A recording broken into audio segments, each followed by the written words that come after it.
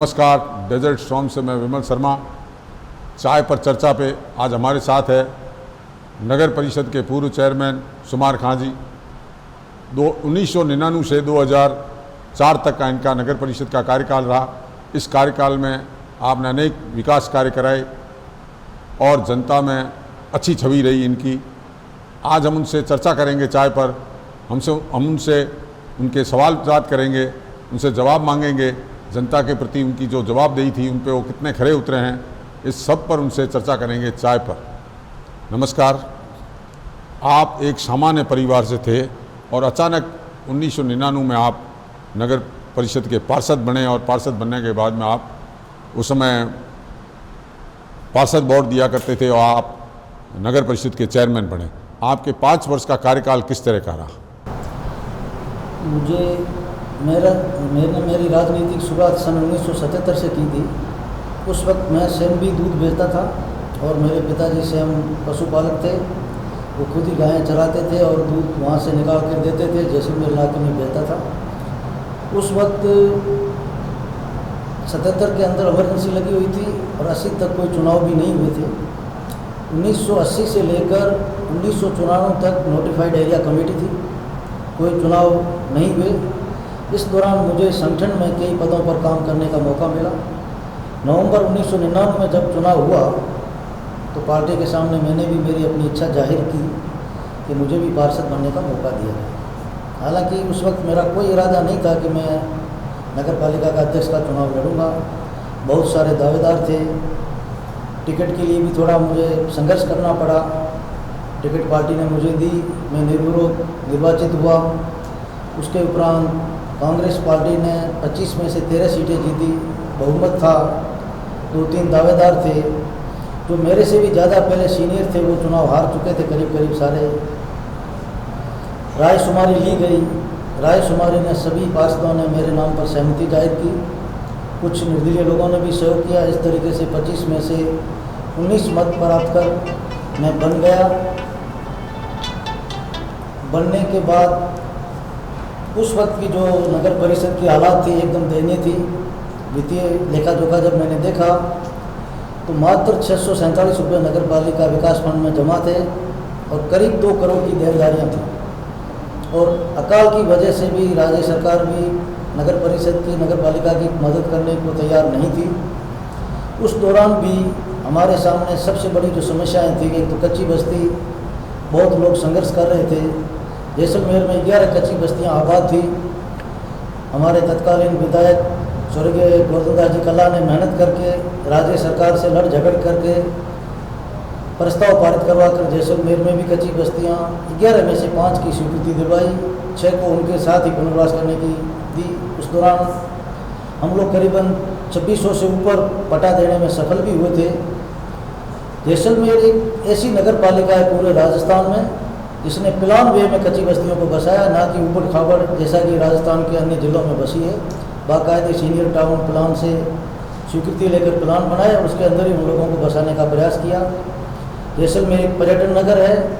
पर्यटन नगरी होने के कारण यहाँ खूब सारी कैबिनें थी और सरकार की भी क्योस की मंशा थी। तो हमने जो भी कैबिनदारी थे, ठेला चालक थे, उन सब का एक सेटलमेंट अलग अलग प्लान बनवा कर जैसलमेर शहरी के ही क्योस उन स्वयं द्वारा जिनको हमने आवंटन किए थे उन्होंने निर्माण किया। आज वो सफलतापूर्वक रोजी रोटी कर रहे हैं। एक तरीके से पूरा शहर उस वक्त कैबिन लेस हो गया था।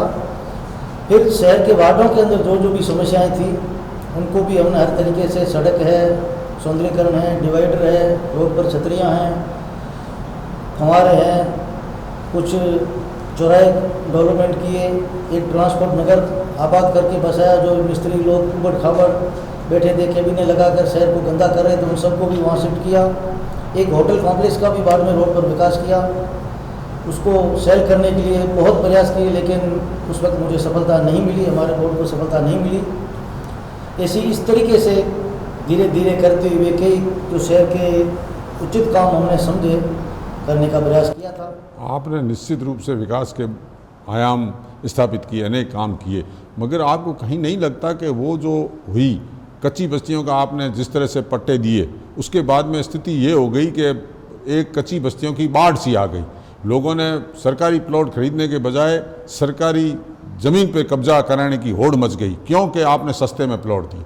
दूसरा, आपने कैबिनों का निश्चित रूप से बहुत अच्छा काम किया और कैबिने हटा के किया, मगर आज हालात ऐसे हैं कि उससे भी बदतर स्थिति में हो गई है। कैबिनों की जगह जगह कैबिने हो रही है, कैबिनों के माफिया पनप रहे हैं, नगर परिषद की श्रेय पर वो हट रही है और उसी बोर्ड में आप पार्षद हैं। तो अब इस संबंध में आप क्या कहना चाहेंगे? इसी क्रम में मेरा निवेदन ये है कि उस वक्त भी जैसे हनुमान चौराया, एयरफोर्स चौराया, ये भी कच्ची बस्तियाँ, झोपड़पट्टियाँ थी, लेकिन मैंने मेरी जान को जोखिम में डालकर पुलिस से इमदाद लेकर वहाँ भी एक सौंदर्यकरण किया, उन लोगों को हटाया। आज जो आप कह रहे हैं कि, और हम देख भी रहे हैं और समय समय पर हमारे आयुक्त महोदय को अवगत भी करवा रहे हैं, जबकि शिथिलता है। मैं खुद इस पार्षद हूँ और बोर्ड में हूँ, शर्मिंदगी महसूस ये करता हूँ कि तुरंत एक्शन नहीं लिया जा रहा है, जिससे बीमारी धीरे धीरे बढ़ रही है। मैं और पुनः प्रयास करूँगा आगामी बैठक में, और उससे पहले कमिश्नर साहब और सभापति जी, विधायक महोदय की भी प्रसंग में लाऊंगा। ये जो शहर है इस तरीके से नहीं होना चाहिए। कैबिन अगर वास्तव में कोई 20 साल बाद बेरोजगार बढ़ी है तो उन लोगों को भी एक अच्छा और बेहतरीन प्लान बनाकर उनको भी समायोजित किया जाए, ऐसी उम्मीद। आपके बहुत अच्छे विचार हैं, मगर इसी से संबंध में एक सवाल है कि आपने जब कियोस्क का आवंटन करवाए थे और जैसलमेर शैली में बहुत सुंदर बने थे और लोगों को रोज़गार भी बहुत मिला उनसे, मगर वो आपने 10 साल के लिए दिया था।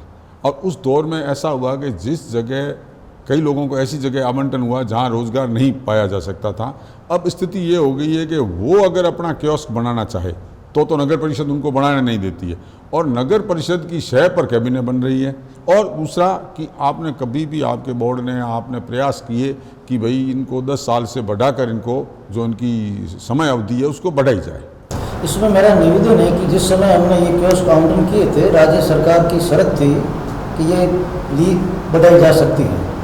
उसके बाद 20 साल में क्या बदलाव आया अभी मेरी जानकारी में नहीं है। मेरा कार्यकाल जब 2003 में 4 साल हो गए थे और 1 साल बीजेपी की सरकार में मुझे कार्य करने का मौका मिला था। आपको भी याद होगा, पूरे जैसलमेर की जनता को भी याद है कि वहाँ पर 3 ऐसी कच्ची बस्तियाँ आबाद हो गई थी, जिसमें माननीय मुख्यमंत्री वसुंधरा राजे नगर, आयुक्त रतन बिश्नोई नगर, शाम सिंह विधायक नगर, अहमद गहरा साहब कलेक्टर थे।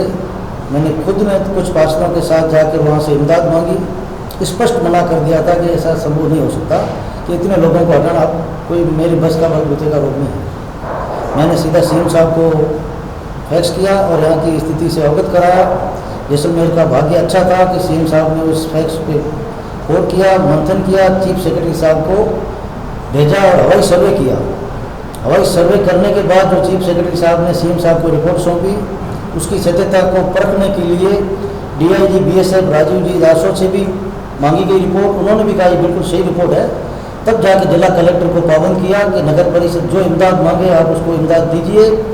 मजिस्ट्रेट मांगे, पुलिस मांगे, यहाँ तक आरएसी लगा दो, किसी की सुननी नहीं है, ये अतिक्रमण हटने चाहिए। उस वक्त बीजेपी के राज में भी मैंने 10,000 अतिक्रमण रिकॉर्डेड, ये नहीं कि मैं हवाई तीर मार रहा हूँ, रिकॉर्ड के साथ 10,000 अतिक्रमण हटाकर वहाँ पर कच्ची दीवारें बनवा दी थी। उसके बाद कोर्ट बदलते गए, स्थितियाँ बदलती गई और धीरे धीरे अतिक्रमण बढ़ रहे हैं, ये बिल्कुल सत्य है। आपने निश्चित रूप से, मैं उसका गवाह हूँ, मैंने सब नज़दीक से देखा है, मगर आपने जिस तरह से बाउंड्री बनाई उन बाउंड्रियों में ही उसके बाद में आपके कांग्रेस के कार्यकाल आए, कांग्रेस के सभापति बने, उस दौरान फिर वो की वो स्थितियाँ बनी और उन्हीं बाउंड्री के अंदर लोगों ने कब्जे किए और उनका नियमन किया गया। ये तो एक अलग सवाल है। मैं आपसे अगला सवाल पूछना चाहता हूँ कि आप जो एक चेयरमैन के तौर पर नगर परिषद में रहे, आपने बहुत अच्छा काम किया, अब ऐसी क्या परिस्थितियाँ बनी कि एक आपको बोर्ड में वापस पार्षद बन के आना पड़ा? इसमें तो ये क्लियर नीतिगत तय हो गया था, पार्टी लेवल का मैटर था। बीडी कल्ला साहब ने मुझे कहा था कि सुमार खान जी आप सीनियर हो, हम युवाओं को बता देंगे, नाम नहीं बताया था मुझे, कि एज ए पार्षद आप थोड़ा सेव करने के लिए आप। फिर माननीय विधायक महोदय ने भी मुझे स्पष्ट रूप से कहा था कि भाई आगे के सभी रास्ते आपके लिए बंद होंगे, मेरी इच्छा है कि आप पार्षद बनो। ठीक है, जब 2 सीनियर लोग कह रहे हैं तो मैंने मेरी। पार्षद के तौर पर आप काम कर रहे हैं, आपको क्या लग रहा है कि पार्षद के तौर पर आप अच्छा काम कर रहे हैं, नगर परिषद से आपको सहयोग मिल रहा है, या नगर परिषद के एक वर्तमान क्या हालात हैं? हालात जो अपन आंखों में देखें वास्तविकता में तो एक कमजोरी है हमारी कि हम तुरंत कब्जेदारियों पे या फालतू कैबिनेट लग रही है उन पे हम कुछ नहीं लगा पा रहे हैं, ये बिल्कुल तय है। लेकिन सहयोग की बात है तो निश्चित रूप से मेरी मेहनत समझो या काबिलियत समझो कि मैं एक एक चीज़ का पीछा कर रहा हूँ। जैसे विकास के लिए ऐसा नहीं कि मैंने एप्लीकेशन दे दी, एप्लीकेशन देने के बाद 50 चक्कर लगाने पड़े तो उस फाइल के पीछे चक्कर लगाता हूँ तो मेरे वार्ड के काम स्वीकृत होते हैं। मदरसा रोड भी सीसी बनवाई, कभी तेज वाटिका भी आलीशान विकास हो रहा है, काम चल रहा है। इस तरीके से यदि सारे ही पार्षद अपने अपने क्षेत्र में एक्टिव होकर अगर करे तो एक निश्चित रूप से बदलाव आ सकता है। पार्षद मुझे नहीं कहना चाहिए, वो तो एक तरीके से सारे मुझे लग रहे हैं कि नींद में सोए हुए, और जब नींद में सोएंगे तो विकास होता रहेगा लेकिन क्वालिटी के साथ रहेगा। आपको नहीं लगता कि ये बोर्ड बना था जब कांग्रेस से बगावत करके बना था और हॉर्स ट्रेडिंग भारी मात्रा में हुई थी, पार्षदों की खरीद फरोख्त हुई थी, उस लिहाज से जब ये बोर्ड बना तो पार्षदों की क्या स्थिति रह गई है? अब इस खरीद फरोख्त में मैं तो खुद शामिल था नहीं, क्योंकि मैं तो पार्टी सिंबल पे जीता था और अंत तक बिना लोभ लालच के। आपने बाहर से तो देखा होगा ना सब कुछ क्या हो रहा है जो। अब हम लोग तो उस वक्त तो पैक थे, अंदर बैठे थे जहाँ हमें कांग्रेस वालों ने बैठाया कि भाई आपको यहीं रहना है। अनुशासन में हम तो लोग वहीं रहे, वोटिंग करके आए। उसके बाद जो लगातार हम देख रहे हैं कि अभी निश्चित रूप से 3 या 4 बैठक ही कर पाए हैं, जबकि हमें कुछ बैठकें ज़्यादा करनी थी। हर 3 महीने में एक बैठक करते तो निश्चित रूप से उसकी पालना करवाने में भी आगे से आगे मदद मिलती, नहीं तो एक 6 महीना 8 महीने में लोग भूल भी जाते हैं कि हमने क्या प्रस्ताव पारित किया था। शुमार खान जी से हम चाय पे चर्चा कर रहे हैं, उन्होंने हमारे सवालों के बहुत अच्छे ढंग से जवाब दिए हैं। एक ब्रेक के बाद फिर उनसे चाय पे चर्चा करेंगे।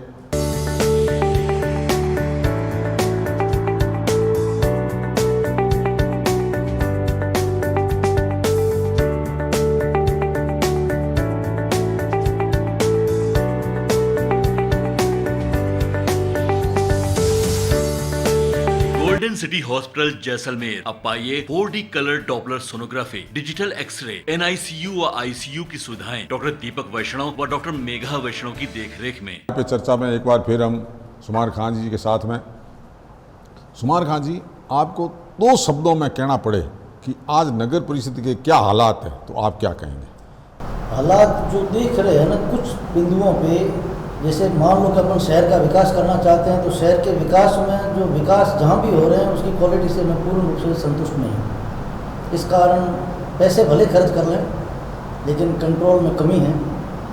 दूसरा, अतिक्रमण जहाँ जहाँ बढ़ रहे हैं उसको रोकने में भी जो तत्परता दिखानी चाहिए नहीं दिखा रहे हैं, शिथिलता है, इस कारण से भी नुकसान हो रहा है नगर परिषद। आपसे एक और सवाल पूछना चाहूँगा, चूँकि आप पार्षद से चेयरमैन बने, फिर वापस चेयरमैन बने और आप राजनीति में लगातार सांगठनिक रूप से भी आपने काम किया, लगातार सक्रिय रहे हैं सामाजिक रूप से, तो अब आप क्या समझते हैं कि आप इस सारे जो राजनीतिक दौर इसमें आप किसी को श्रेय देंगे कि मुझे आगे बढ़ाने में उन्होंने सहयोग किया? देखो, जब 77 से मैंने शुरुआत की थी मैं तो समझता भी नहीं था कि संगठन क्या है या क्या ब्लॉक है। आत्माराम जी ने बुला के ही जो उस वक्त अध्यक्ष थे जिला कांग्रेस कमेटी के, उन्होंने कहा भाई ये लिस्ट है, इसमें से कुछ आप बनना चाहोगे। मैं तो कोई जरूरत ही नहीं। फिर भी उन्होंने जिला सहकारिता प्रकोष्ठ का संयोजक बनाया। फिर फतेह मोहम्मद जी ने ब्लॉक अध्यक्ष बना था तो बुला के ही कहा कि भाई आप मेरी कमेटी में मंत्री रहो, उन्होंने भी मदद की। उसके बाद कल्ला जी भी अध्यक्ष बने तो उन्होंने भी कहा कि भाई आप निर्वाचित तो नहीं हो पाए हो लेकिन सेवरत आपको DCC का वर्किंग कमेटी का सदस्य बनाता हूँ। तो उसमें सिर्फ एक फ़कीर साहब से कहलवा दो, मैंने फ़कीर साहब से कहलवा भी दिया था तो बना दिया। मुल्ताना राम जी के कार्यकाल में भी मेरा मतलब मुझे ये नहीं मानता हूँ कि किस लोगों ने भीतर कहा तो भले किसी ने भी कर लिया हो लेकिन ओपनली विरोध करके कोई सामने नहीं आया था। मैं तो मानता हूँ कि मुझे सभी ने सहयोग किया। आप राजनीति में कहा जाता है कि राजनीति में जब कोई मौका मिले तो उस मौके को हमेशा भुनाना चाहिए और राजनीतिक व्यक्ति का भविष्य कभी ख़त्म नहीं होता। तो आपके सामने अभी पूरा जीवन पड़ा है, तो क्या आप कभी आपको MLA का मौका मिले या UIT चेयरमैन का मौका मिले या MP का चुनाव लड़ने का मौका मिले तो आप इस तरह के प्रयास करेंगे? मैं एक राजनीति से ज़्यादा एक सामाजिक काम करने वाला आदमी हूँ। मुझे किसी भी पद की लालसा नहीं है। मैंने आज तक ना तो UIT के लिए प्रयास किया, ना ही किसी प्रदेश स्तर में कुछ बनने के लिए प्रयास किया। अगर आवश्यकता पार्टी समझ ले, कोई मौका दे दे तो पार्टी के लिए काम कर देंगे, नहीं तो जो मेरे पास कार्यकर्ता का पद है पार्टी के लिए उसी पद पर संतुष्ट हूँ। आगे कोई मेरी ये अभिलाषा नहीं है कि मैं इसके लिए प्रयास करूँ और आगे बढ़ूँ। आपका राजनीतिक तौर से भले नहीं है, मगर आप राजनीतिक तौर से लगातार जुड़े हैं। आपको हमेशा मंशा रहती है कि ज़िले का विकास हो, नगर परिषद क्षेत्र का विकास हो। तो आपको अगर एक विकास की दिशा में आपको कहा जाए तो क्या विकास करवाना चाहेंगे?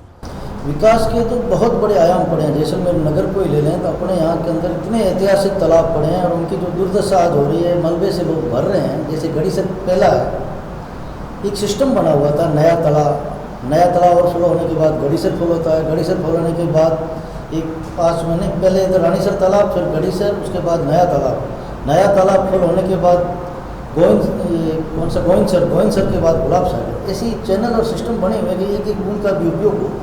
आज इनकी जो दुर्दशा देखता हूँ तो मुझे बहुत दर्द होता है। आपके समय में जैसलमेर की महत्वाकांक्षा योजना सिटी पार्क का निर्माण शुरू हुआ था, आपके समय हुआ था, मगर आज उस बात को 20 साल गुजर गए, न तो वो कभी कंप्लीट हुआ और जो आया उसने अपना उसमें आइडिया लगाया। और एक तरह से कहें तो ये अधिकारियों और नगर परिषद के लोगों के लिए सोने का अंडा देने वाली मुर्गी है। इसमें ये है कि इस प्लान को कोई समझने की कोशिश तो कर नहीं रहा।